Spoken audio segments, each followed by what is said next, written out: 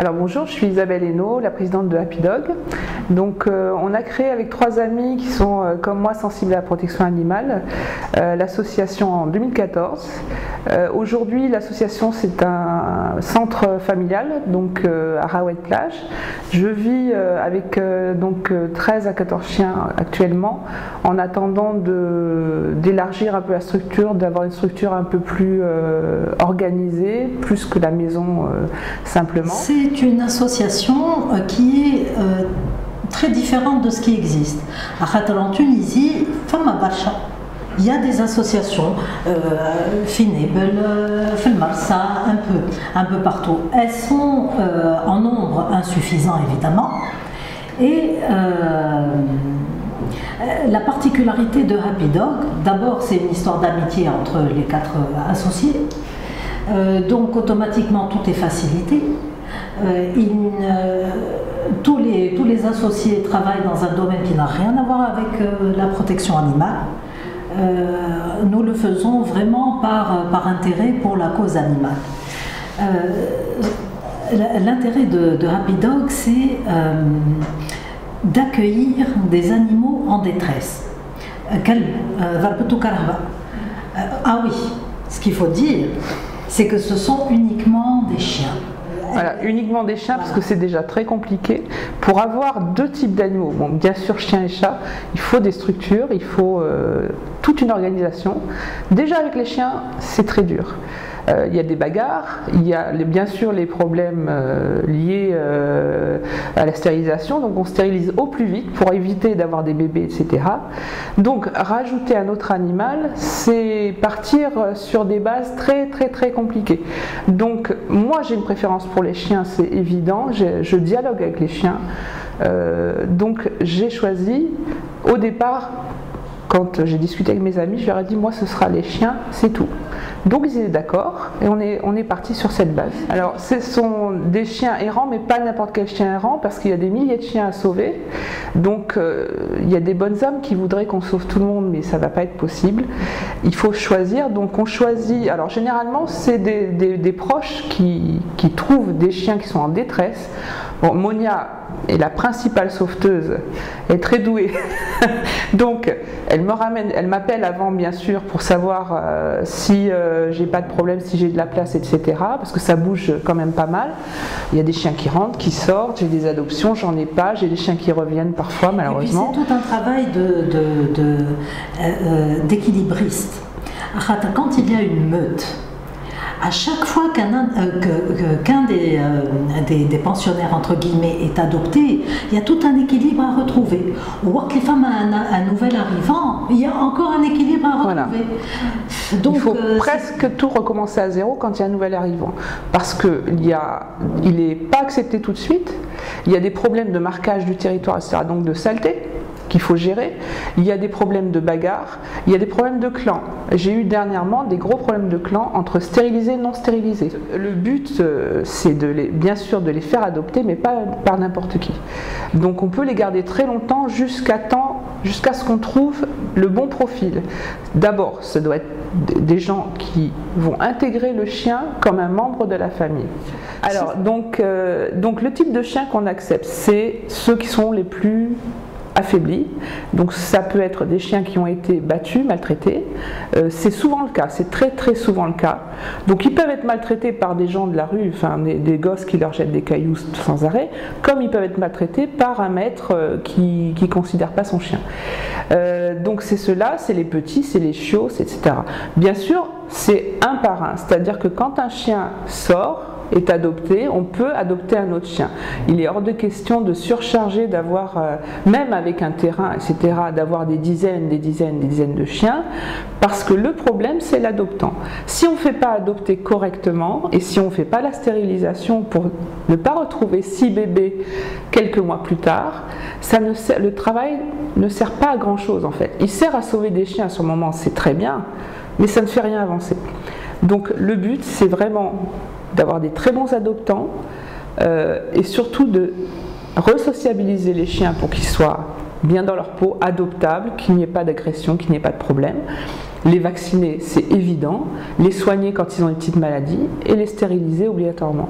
Pour l'instant, je les garde chez moi puisque on n'a pas trouvé encore une solution idéale pour faire un petit refuge, c'est-à-dire un endroit très très bien clôturé, accessible et surtout avec du personnel. Personnel qui est fiable, qui est propre, qui aime les chiens. C'est très compliqué à trouver. Donc on est en train de réfléchir à d'autres solutions. On est en train de chercher et tant que ce ne sera pas idéal, ils seront chez moi, mais bien sûr en nombre limité. Alors financièrement, nous avons les frais d'adoption qui sont obligatoires. Tout d'abord parce que le chien doit avoir une valeur. Il n'y a pas de raison qu'un berger allemand, ou qu'un pitbull, ou qu'un caniche de pure race, etc., ou un Yorkshire ait une valeur 500 dinars, 1000 dinars, 1500 dinars, et que le chien croisé qui est resociabilisé, vacciné, etc., n'ait aucune valeur. Et voilà. Chez moi, il y a tout type de chien. Moi, je n'ai pas d'a priori. Ça peut être des chiens de race abandonnés, ça peut être des croisés, ça peut être bien sûr les Arbi, les fameux, qui sont magnifiques, qui sont des chiens idéaux. Je crois qu'il n'y a pas mieux que ce chien. Parce que chien de garde, mais attention, chien de garde pas attaché à un portail, fidèle, affectueux, gentil, enfin, il est parfait avec les enfants, parfait avec tout le monde. Donc, ce sont des chiens très très très beaux en plus. Vous savez, vous faites bien de parler de ça. Je vais ouvrir, si vous permettez, une petite parenthèse. Gandhi roule pour évaluer le degré de développement d'une société. Il suffit de voir comment on traite les animaux. Je vais parler de ce qui se passe ailleurs, sous d'autres cieux. En France, ce qu'on appelle les chiens guides.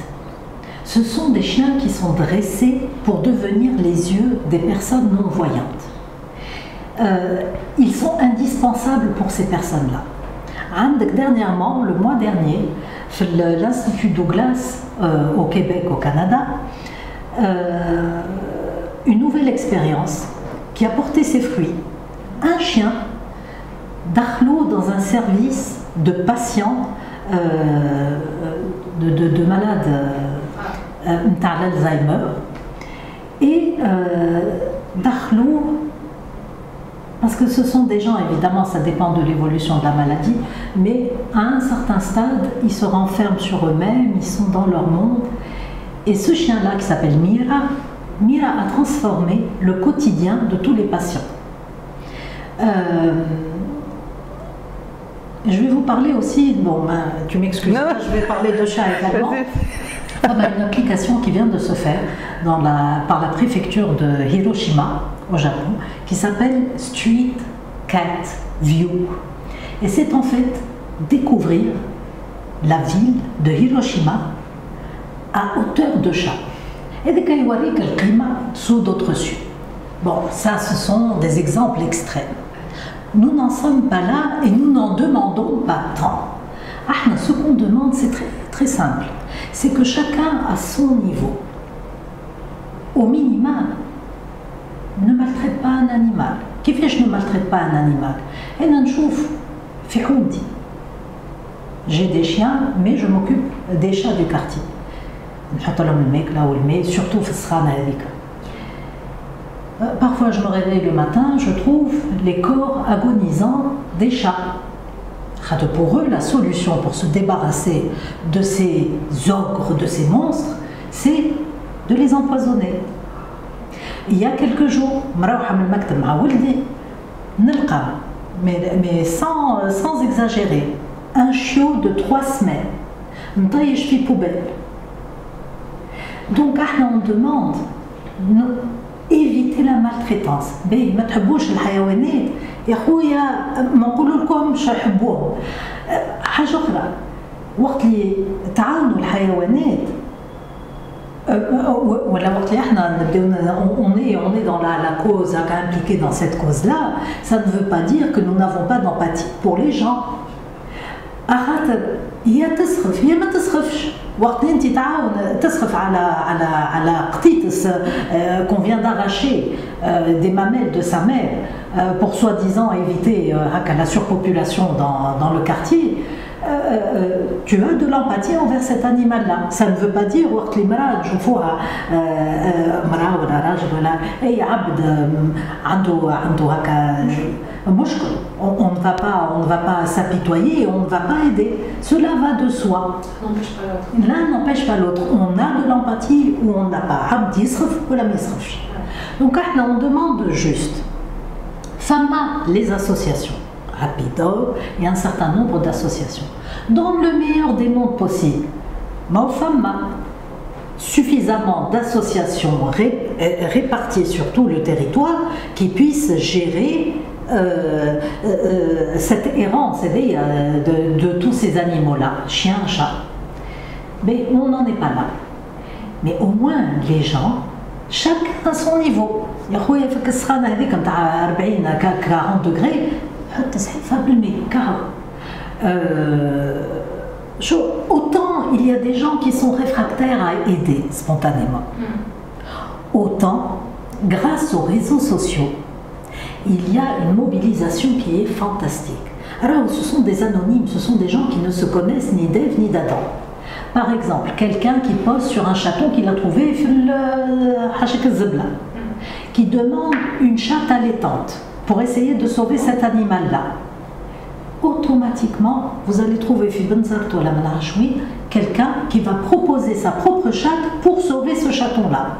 Idem pour les chiens, c'est exactement la même chose. Est-ce que la solution c'est d'abattre? Parce que je vous dis, le 19 septembre, il y a eu l'abattage de plus d'1 millier de chiens sur tout le territoire. Est-ce que c'est ça la solution? La solution c'est stériliser. La solution c'est sensibiliser millions là où les mouches. Et je vais vous donner par expérience. J'ai pris ce petit chien de 3 semaines avec moi parce que je devais le remettre à son adoptante. Donc j'étais dans un endroit, je vous assure que les enfants, tous les enfants sont venus spontanément pour voir le chiot, alors que les parents étaient réfractaires. Et bien c'est une question, naturellement les enfants vont vers les animaux. C'est une question de sensibilisation. Mais le biberon, donc Happy Dog, comment fonctionne Happy Dog? Avec les dons. D'abord les dons pour quand un adoptant flash, craque sur un animal, sur un chien, il va payer des frais d'adoption. Mais il y a aussi des dons. Selon un barème, il y a un barème. Il y a un barème en fonction de l'âge du chien, des soins qui ont été apportés, s'il est stérilisé ou non. Parce que bien sûr, un chiot, on ne peut pas le stériliser, donc ça ne va pas coûter le même prix. Il faut, alors bien sûr, l'adoptant ne va pas tout rembourser parce qu'il y a des chiens qui restent là 1 an, ça coûte pas une fortune, mais ça coûte cher. Bien sûr, on ne va pas lui dire ah, il est resté 1 an, ça c'est temps. Non, il y a un barème en fonction des soins, en fonction de l'âge, etc. Donc, si vous voulez, ça nous permet, nous, déjà de responsabiliser les gens. Ensuite, de donner une valeur au chien croisé, qui a droit à une valeur comme tous les autres chiens.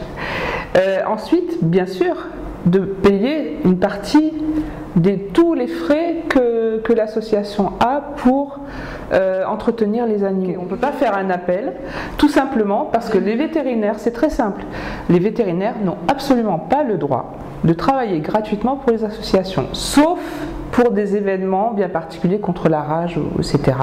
Campagne de stérilisation quand il y en aura, ils n'ont pas le droit. Le vétérinaire,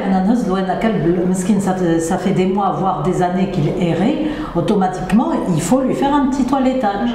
Et ben je paye plein tarif et il sait très très bien que c'est un chien errant. Ils peuvent faire un effort. On connaît ceux qui font des efforts qui sont très sensibles à nos actions, donc on va chez eux tout le temps. Donc, ils ont des bons clients.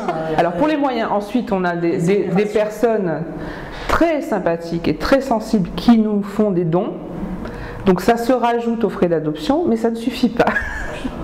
Donc, maintenant, moi, j'ai cherché une solution. On a cherché des solutions. Moi, je ne voulais pas mendier. Hein. J'ai horreur de ça. Et je veux que le chien croisé, Arby, etc., soit associé à une image haut de gamme. Puisque pour moi, il est haut de gamme. Il est beau, il est intelligent, etc. Il est fidèle, donc il a le droit au meilleur. Donc on a cherché, on a commencé à faire d'abord des événements autour du chien, on a vu que c'était pas ça, parce qu'il n'y avait pas assez d'intérêt, etc. Et donc, on a créé Marley à Tunis, qui est un concept qui est une série d'événements, mais haut de gamme. C'est-à-dire toujours dans des endroits originaux ou prestigieux, avec des créateurs, des artisans qui valorisent l'image de la Tunisie, soit avec du patrimoine classique, soit avec vraiment de l'artisanat revisité, des nouveautés, etc. C'est dans la mosaïque, le marbre, le verre, voilà. Et ça nous permet, avec les bénéfices de location de table, alors c'est Monia qui a trouvé le nom, hein, le très joli nom qui plaît beaucoup. Et c'est moi qui ai eu l'idée du concept et après elle m'a aidé pour toute la suite et particulièrement le nom. On est complémentaires. D'abord, moi je sauve pas très rarement hein, parce que je suis un peu bloquée avec les chiens. Mon travail, parce qu'on travaille tous. Je compense. Monia sauve beaucoup par contre. Quand je l'appelle, moi je dis ah non. Elle prend un craintif. Oui. Je dis écoute, j'ai trouvé un peu. Parce qu'à chaque fois je dis non, enfin dans ma tête, hein, je dis non parce que je compte les chiens. Et je dis là je peux plus m'en sortir. Maintenant je m'en sors plus, honnêtement. Je suis saturée parce que j'ai mon travail, j'ai l'exposition à gérer. C'est une énorme organisation puisque la prochaine a lieu à l'Acropolium le 4 octobre. Donc c'est plus de 1000 mètres carrés à gérer avec du mobilier ancien, une cinquantaine d'exposants, etc. La communication. Alors moi je fais rarement appel aux bénévoles, comme ça. Hein. Par contre, les gens qui m'écrivent ou qui sont autour de moi, je sens qu'ils veulent aider, je leur toujours la même question, je leur pose toujours la même question, qu'est-ce que vous savez faire? Parce que je ne peux pas demander à quelqu'un qui est très doué en informatique de faire quelque chose qui est à l'opposé et vice versa. Donc si la personne me dit, dernièrement j'ai fait une campagne de pub avec 2 personnes, dont une qui est étudiante en audiovisuel, qui m'a dit je veux vous aider, qu'est-ce que je peux faire? Je ne vais pas lui dire viens nettoyer chez moi, viens ramasser les crottes, faire la nourriture. Donc je lui ai dit justement j'ai envie de faire une campagne de pub mais j'ai pas d'argent. Elle m'a dit je la fais tout de suite. Je filme. Hein. Et l'autre personne c'est une amie mannequin qui est assez connue, qui est très très belle, qui a un petit air de Brigitte Bardot en plus, ce qui est pas mal je trouve. Et je l'ai appelée, elle m'a dit je viens tout de suite et je fais le montage parce qu'elle est aussi réalisatrice. Donc on est parti sur la plage avec 8 chiens, on a fait un film, des photos, etc. etc. Ce qui permet toujours de travailler sur l'image et de faire circuler le nom de Happy Dog. Un dernier mot, vous ne savez pas ce que vous ratez en n'adoptant pas un animal. N'achetez pas d'animal. Ça ne sert à rien de claquer 500, 1000, 1500 dinars pour une petite âme. Il y a sauvé un petit animal de la rue. Et surtout, c'est fantastique. Surtout, je vais te couper, excuse-moi, n'achetez jamais à Montsev B. Jamais. Vol, maladie, maltraitance. Montsev B est à raser. Je te laisse finir. Oui, voilà, c'est apaisant, d'ailleurs avec tout ce qui se passe dans le monde, qui marche sur la tête, avoir un animal à la maison, ça nous permet d'être dans un cocon d'apaisement. Vous n'imaginez pas ces bienfaits-là.